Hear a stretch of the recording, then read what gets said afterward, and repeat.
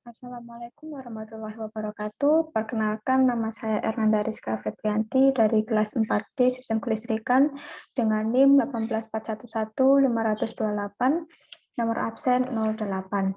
Di sini saya akan menjelaskan bagaimana cara merunning software FAMSET Tools, di mana software FAMSET Tools ini untuk melakukan tata kelola program yang ada di FAM40 secara real atau secara langsung.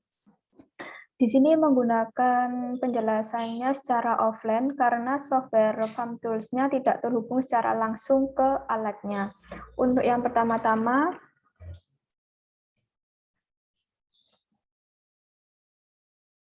kita masuk di bagian folder yang sudah kita download di LMS, kita pilih yang FAMSET, lalu pilih yang FAMSET Tools, pilih yang famset.exe atau yang application. Kita tunggu terlebih dahulu.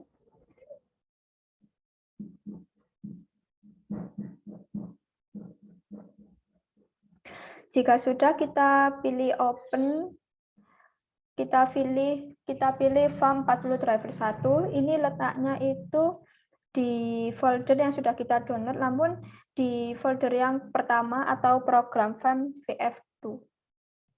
Kita klik 2 kali, kita pilih open.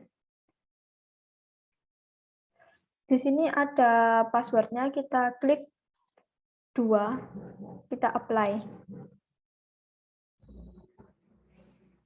Nah, di sini akan muncul berbagai jenis atau macam fitur-fitur yang ada di FAMSET Tools software-nya ini.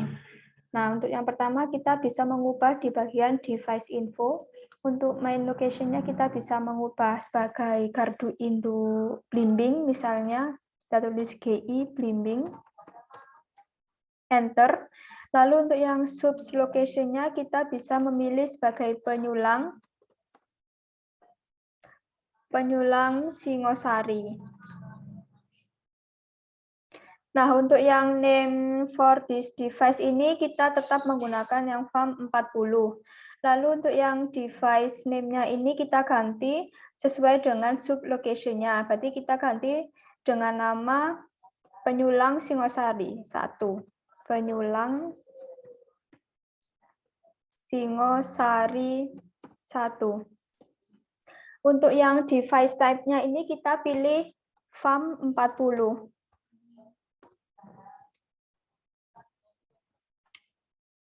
Untuk yang application mode-nya itu ada 2 pilihan, ada feeder dan ada motor. Nah, di sini saya memilih yang feeder.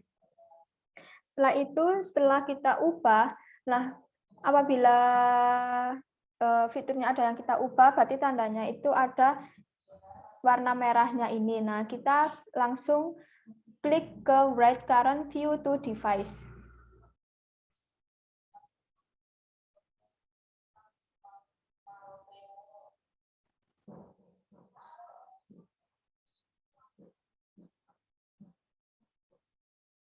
Kita tunggu sampai selesai, sampai keluar tampilan baru lagi.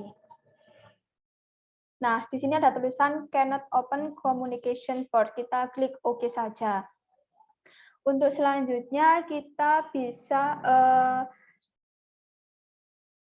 melanjutkan sebagai tugas 2, yaitu diperintahkan untuk mengubah rasio CT, lalu memonitor harmonisa, memonitor fasor arus, dan setting OCR, serta setting protokol komunikasi IEC 60870-5-103.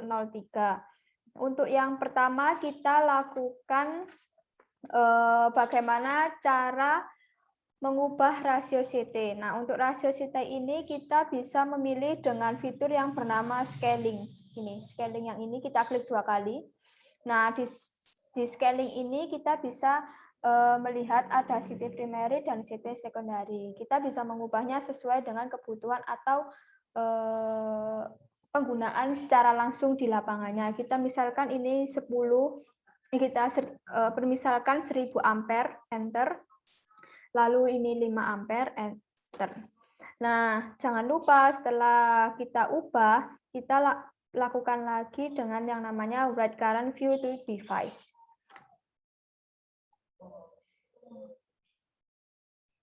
Kita tunggu sampai keluar atau muncul seperti tampilan yang tadi.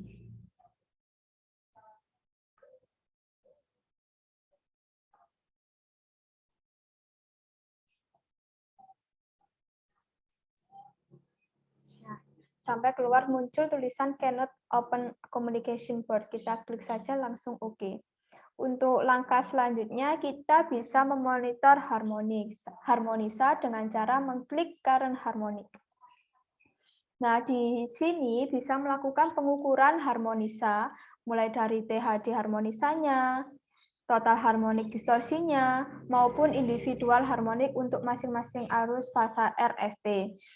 Nah, di sini tuh kita ditampilkan dengan nominalnya 2 semua, nilainya 2 semua. Hal ini dikarenakan FAMSET belum terpasang secara real atau belum terpasang di lapangannya. Namun apabila kita sudah memasangnya, nah nanti ini nilai-nilainya itu bisa 2, bisa 5, bisa 10, tergantung dengan pembebanan arusnya. Untuk selanjutnya kita bisa memonitor fasor arus dengan mengklik fasor diagram. Nah, di sini ada beberapa diagram lingkaran. Untuk yang pertama ini dilakukan digunakan untuk mengetahui keseimbangan arus atau untuk mengetahui bagaimana arusnya seimbang atau tidak. Nah, di sini menunjukkan arah fasornya ke arah 0 semua karena belum terhubung beban secara real atau secara langsung. Jika terpasang, maka nanti besaran arah fasornya ini bisa ke nominal sampai yang 270 ini. Bisa ke 180, 90, 95, dan sebagainya tergantung dengan sesuai pembebanannya. Sehingga kita bisa melihat secara real kondisi, secara real time apakah arusnya seimbang atau tidak. Untuk yang kedua ini dilakukan bila konfigurasi pemasangan CT dilengkapi dengan ZCT. Bila dilihat arus urutannya itu berada di 0, identik dengan arus yang mengalir di netral. Sama halnya seperti konfigurasi PT. Wiringnya digunakan open delta ataupun broken delta connection. Tegangan urutan 0 bisa dapat dilihat. Jadi intinya di fasor diagram ini atau fasor arus ini kita bisa melihat besaran tegangan atau arus dalam keadaan seimbang atau tidak. Lalu untuk yang selanjutnya ada setting OCR. Setting OCR ini kita langsung pilih ke fitur yang Pro. Lalu kita pilih yang overcurrent state. Nah, untuk yang overcurrent state 1 ini ada fitur yang namanya ada tulisan 50-51. Untuk yang garing 50-51 itu artinya sebagai kode proteksi untuk relay arus lebih. Lalu kita bisa memilih juga untuk mencentang atau tidak. Nah, untuk kita bisa menggunakannya, kita harus mencentangnya. Nah, di bagian overcurrent state ini ada beberapa fitur pilihan di set group DI control. Ada pickup setting, delay curve family, delay tab, operation delay, dan sebagainya. Untuk yang delay curve family ini merupakan jenis-jenis relay OCR. Untuk jenis-jenis relay OCR-nya itu ada 3. Yang pertama ada definite time, inverse time, instantaneous. Nah, kita di sini pilih jenis relay-nya yang IEC. Untuk yang IEC, untuk yang delay type ini ada normally inverse, ada very, ada extremely, ada long time inverse. Jadi di sini kita pilih saja yang normally. Nah, setelah dilakukan konfigurasi ini juga dilakukan infinite time coefficient K 0,05. 0,05 ini didapat berasal dari perhitungan koordinasi proteksi. Jangan lupa jika sudah melakukan pengubahan atau mengedit fitur yang ada di sini, kita langsung klik Write Current View to Device. Kita tunggu.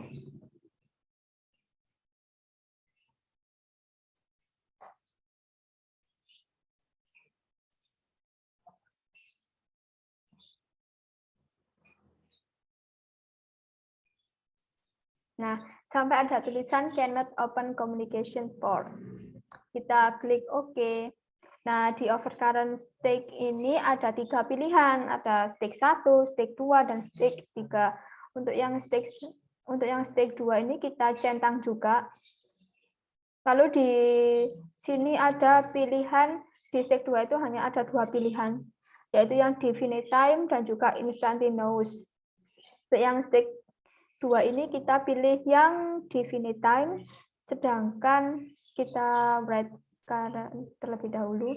Sedangkan untuk yang overcurrent stake 3 ini kita menggunakan yang instantaneous. Jadi apabila kita ada di penyulang atau di gardu induk itu ada gangguan yang sangat besar, maka pemutusannya bisa dilakukan secara cepat dan tepat.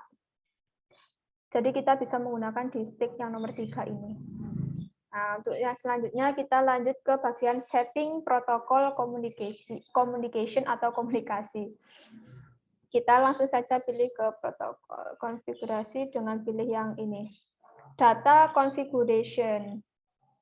Nah, di sini kita saat ketika menghubungkan software farm ke alatnya, dibutuhkanlah yang namanya konfigurasi protokol komunikasi. Di sini di praktik kita nanti, kita menggunakan yang namanya protokol komunikasi dengan tipe IEC 60870, strip 5, strip 103.